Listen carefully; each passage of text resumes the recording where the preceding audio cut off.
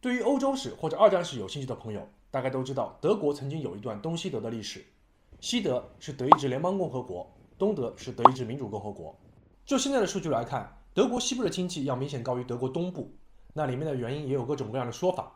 之前去了趟莱比锡，这座原先东德的第一大城市，没去之前感觉这个城市应该是一般般的，但是去了之后，这座城市给人的感觉非常的大气。那么东德到底怎么样？今天咱们就来聊一聊这段历史。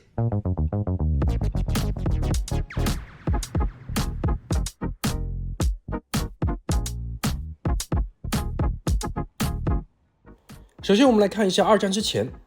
德国东部的经济也还是可以的，当然那时候的版图要大很多。不过经历二战之后，德国的大城市都被轰炸了几遍，德国被英法美苏控制，后来就形成了以美国为主的西德和以苏联为主的东德。柏林是在东德范围之内，但柏林是之前的首都，所以也被各个战胜国占领，于是就形成了跟东西德一样的东柏林和西柏林。西柏林就相当于是西德在东德土地上的一片孤岛。当时这几大战胜国除了美国之外，其他都被打得几乎是一片废墟，肯定要求德国进行战争赔款。苏联自己打得也非常惨烈，所以他的战争赔款自然就放在了东德头上。但是东德被炸成这样，怎么还有钱？于是东德大量的工业设施作为战争赔款被拆除运回苏联。至于东德这块地方，那就先放在那里，反正也没有建设的意思。因为苏联带有一些报复心态的去对待东德，所以那个时候就有大量的东德人跑到西德去。此时的西德情况也差不多，反正也都被炸了。但是美国对欧洲有一个马歇尔计划，西德的工业得到了快速的恢复。西德本身的条件也比较好，有鲁尔工业区，还有优良的港口，所以发展十分迅速。相比较而言，东德就少了很多东西。那这个时候苏联才反应过来，作为冷战一线，看来美国是想把西德打造成他们阵营的样板，那苏联阵营也不能示弱，于是又是减免战争赔款，又出钱出力进行大量的扶持。从50年代开始，东德进入了快速发展时期，加上东德本身有大量的技术人才，它的工业以及军工体系很快的就建立了起来。去过北京的朋友大概知道，北京有一个798艺术区，原先是个工厂，而这个工厂就是当时东德设计原建的。再来看关键的住房，因为当时城市大面积被破坏，人们住房就成了问题，于是东德就建了大量的装配式住宅。现在你去德国东部看，还有很多这样的房子，简单的方盒子，没有太多装饰，在当时非常有效地解决了住宅问题。这个楼最知名的是在当时苏联赫鲁晓夫时期推广的，所以这种样式的楼也叫赫鲁晓夫楼。按照当时东德的制度，反正大家都有房子住，要么免费拿，要么以低廉的价格购买，或者以极低的价格租。而且大片的住宅形成的社区邻里关系也比较和睦，因为邻居几乎没有高低贵贱之分，这在西德是不大可能的。西德也有装配式住宅，但是是为低收入家庭或者是难民提供的，所以这类住宅在东西德的形象是完全不一样的。再来看一下交通，现在你去莱比锡或者德累斯顿看，它的交通设施非常好，可以说在东德时期就有很好的规划建设。不仅是公共交通，还有他们的轿车，最知名的就是卫星牌轿车。这个轿车长什么样呢？柏林墙上有一幅著名的画，这幅画就是卫星牌轿车。因为当时是计划经济，所以你想拥有一辆小轿车，排队等就可以了。而且刚开始的时候生产效率还不错，所以不仅东德自己用，而且大量出口到了华约国家，甚至成为了苏联阵营的一个标志。我们再来看一些网上的数据，从50年代开始，东德的工业产值平均增长率超过 10%，60年代的增长率是 7%， 到1970年已经是世界10大工业国之一，而这个过程只用了20年的发展时间。当然同时期的西德在数据上还是要领先东德，但是这两个国家各有优势，所以当时不一定是东德跑到西德，西德一部分人也会跑到东德。美苏都有意将自己扶持的那一方打造成自己阵营的窗口，但是现在说到东西德，往往是东德人跑到西德去。在柏林还有著名的柏林墙，这个情况多数描述的都是80年代的事情，也就是东德发展到70年代左右开始慢慢就变味了。当然从更大的角度来看，东德所属阵营的苏联不大行了。其实在这之前，苏联本身就开始问题不断，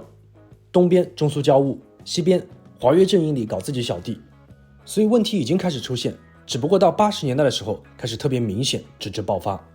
再来看此时的东德，从经济上来说，除了当时的咖啡危机之外，还碰到2次石油危机，能源大幅度上涨，但是东德政府不希望物价上涨，很多财政都补贴了进去，再加上体制僵化，整个生产效率普遍就降了下来。还是那个原先的卫星牌轿车，几十年过去，款式也没有变，动力也没有变，变化的是提车的排队时间要等好几年。但不管怎么说，经济这一块市场里面商品品种少了点，但是价格低，质量也还可以。不过东德还有斯塔西，那真的是把秘密警察干到了极致。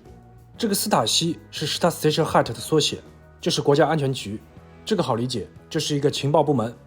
而且因为和苏联的关系，斯塔西与克格勃的合作也非常紧密。但是到后面，这个机构的人数实在是夸张。斯塔西分为全职的和非全职的两类。按照美国记者约翰·科勒的说法，当时每66个东德公民就会配有一个间谍，如果再加上非全职的，那就是6.5个公民配一个间谍。这种监视再加上一有风吹草动就会进行调查，让东德人民非常受不了。再加上当时的外部环境，于是在1989年的11月9日，东德宣布向所有人开放边境，柏林墙被推倒，大量的东德人开着卫星牌汽车前往西德。这在当时也是震惊了对方阵营，原来东德人民有这么多私家车。虽然东德的生活水平在当时的欧洲是名列前茅的，但是比起西德还是有一定差距。加上自己阵营的不断打压，而对方阵营又宣传着各种美好生活，所以导致大量的东德人，尤其是技术工人、工程师前往西德。东德的工业一下子就不行了。之后两德统一，实际上是西德吞并了东德，之前的德意志民主共和国就没有了，成为一个德意志联邦共和国。既然很多技术工人、工程师去了西德，那么历史发展比较熟悉的那一套就来了，就是大量原先西德企业收购了优质的东德企业，或者说是原先东德企业被贱卖了，原先东德一套完整的工业体系被拆解。所以现在德国的知名企业几乎都是在德国的西部。原先东德也有很多好的企业，但是在那样一种制度下，不大会花精力去做品牌，所以剩下的完整的工业体系被拆解之后也就无人问津。合并之后，东德所剩下的就是普通老百姓，再加上被拆解的产业。从历史来看，东德这块地方应该是反法西斯最彻底的，但是现在却成了右翼的大本营，这大概是其中原因之一。原先虽然选择少，但是都买得起，现在选择多了，能去的地方也多了，但是都理空了，所以一部分人也开始怀念东德。这种情绪也被称作为东德情结。其实在统一过程中，德国政府也做了很多努力，但是在这样的体制下，总有投机者能钻空子。为了帮助东德经济发展，德国还征收了特有的团结税，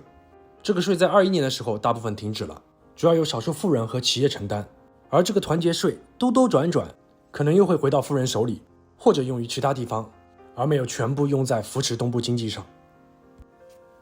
现在关于东德的东西其实不多，